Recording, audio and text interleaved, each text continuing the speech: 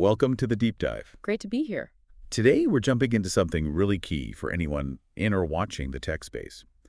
The top 10 skills tech companies are actually looking for. Well, right now, heading into 2025. Yeah, we've got this really interesting report laying it all out. Exactly.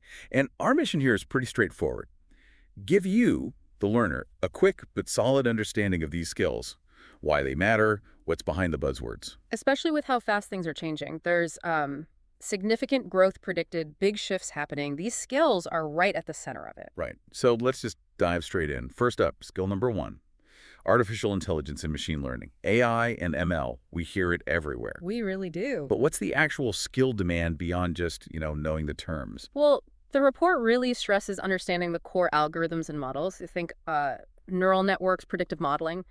But the key part, applying them. Applying them how? To solve actual business problems. It's not just theory anymore. Companies need people who can design, build, and actually deploy AI and ML solutions. For things like automation, transformation. Exactly. Automating tasks, yes, but also really transforming how businesses operate.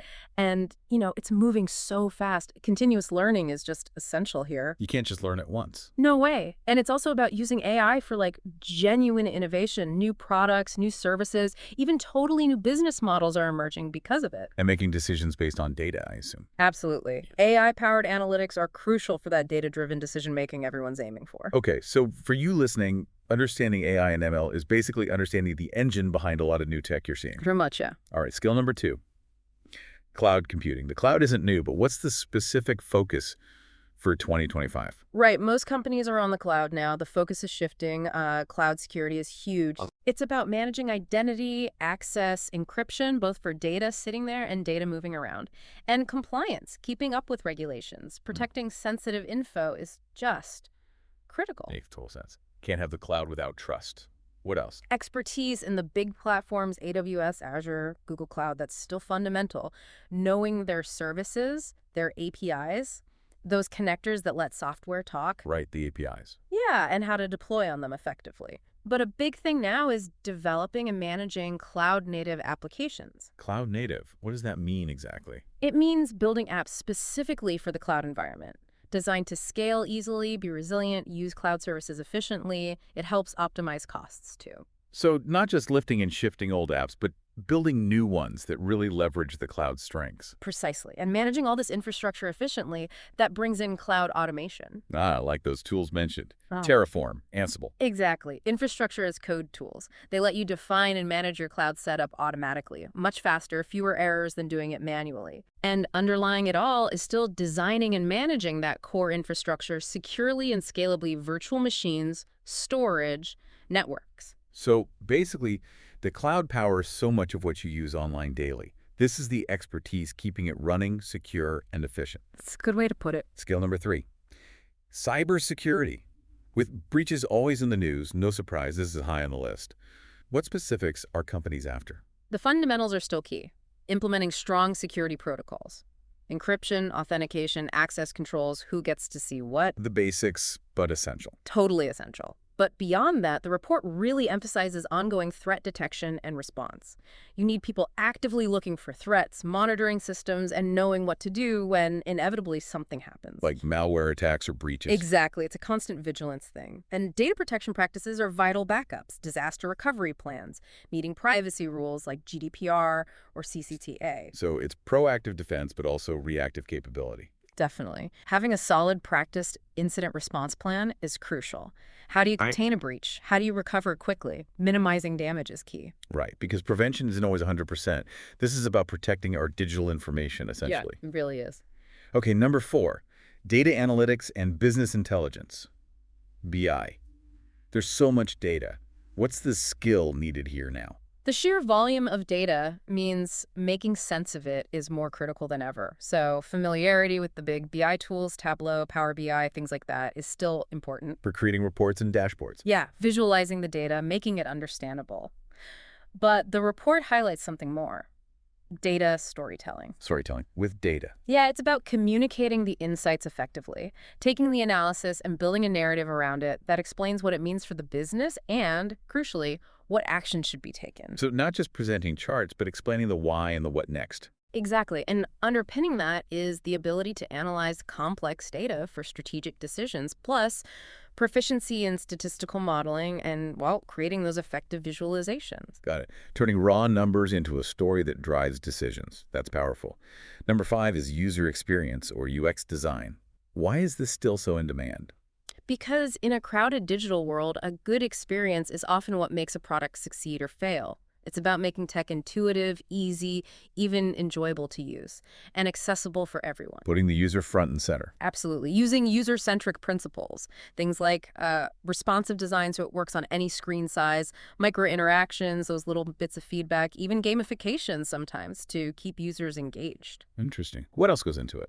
A deep understanding of the user. That comes from research, creating personas, detailed profiles of typical users, and empathy mapping to really grasp their needs and pain points. So really getting inside the user's head. Kind of, yeah. And it's iterative. The report stresses testing and refinement, A/B testing different designs, usability studies where you watch people actually use the product. It's about constantly optimizing. Makes sense. We've all dealt with frustrating apps or websites. Good UX clearly matters. Okay, halfway there. Number 6, full stack development. The versatile developer. Right. What makes them so valuable? They can work across the entire application. So mastery of front-end technologies is key. That's the user interface part. HTML, CSS, JavaScript, and frameworks like React, Angular, or Vue.js. What the user sees and interacts with. Exactly. But full stack means they handle the back end too. The server side. Right. Server logic, databases, APIs, using languages like Python, Java, Node.js, PHP. They understand how it all fits together. So they can manage the whole process. Pretty much, yeah. From design through development to deployment. And because web tech changes so fast, adaptability and continuous learning are just part of the job description for a full stack dev. So for you, the listener, these are the folks building many of the websites and apps you use every day, top to bottom. That's a good summary. Skill number 7, Internet of Things, or IoT. Connected devices are everywhere. What skills are needed here? IoT is moving beyond just connecting things. The focus now is on building intelligent, autonomous systems using those connections, making things smarter to improve efficiency or decision-making. So not just a connected toaster, but systems that use data from connected devices to do something useful. Exactly. And that requires skills in managing the huge amounts of data these devices generate. Collecting it, storing it securely, processing it, analyzing it for insights. Data management is key then. Huge. Also, understanding different sensor types and how to integrate them to capture data from the physical world. And, of course, designing the overall IoT architecture, the hardware, software, and network working together reliably. Okay, so as more things get connected, we need people who can build and manage these complex intelligent systems. That's the demand, yeah. Number 8, blockchain technology. Still a bit niche for some, but definitely growing. What's the skill focus? The report points to its potential way beyond just crypto. Think finance, supply chain, healthcare. There's growing demand for people who can build decentralized applications. dApps. dApps, Yeah. like apps without a central company controlling them. Sort of, yeah. They run on the blockchain network itself. Building them requires understanding the core blockchain concepts, distributed ledgers, cryptography for security, consensus mechanisms for agreement. It sounds complex. It can be. A really valuable skill highlighted is designing and deploying smart contracts. Automated agreements. Exactly. They execute automatically when conditions are met, enabling trusted transactions without needing a middleman.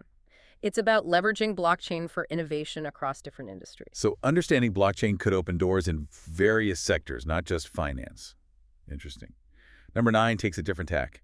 Agile methodology. This is about how teams work, right? That's right. It's a project management approach, especially common in software development. The report mentions key Scrum practices, daily stand-ups, sprint planning, retrospectives. Things to keep projects on track and improving. Exactly. It's all about iterative development, breaking work into short sprints, getting feedback often, and adjusting course as needed. More flexible than traditional methods. Much more. Key principles are customer collaboration and responding quickly to change. The big benefit. Faster development and delivery, getting products out quicker and ensuring they meet actual user needs. So this isn't just for developers, but for anyone involved in tech projects, really. Understanding how things get built efficiently. Absolutely. It's about the process. Okay, finally, number 10. This one feels a bit different. Adaptability and continuous learning. Yeah, it's almost an overarching meta skill, but critically important in tech. Why single it out? Because the pace of change is just relentless. The report emphasizes curiosity, resourcefulness, being willing and able to explore new technologies constantly.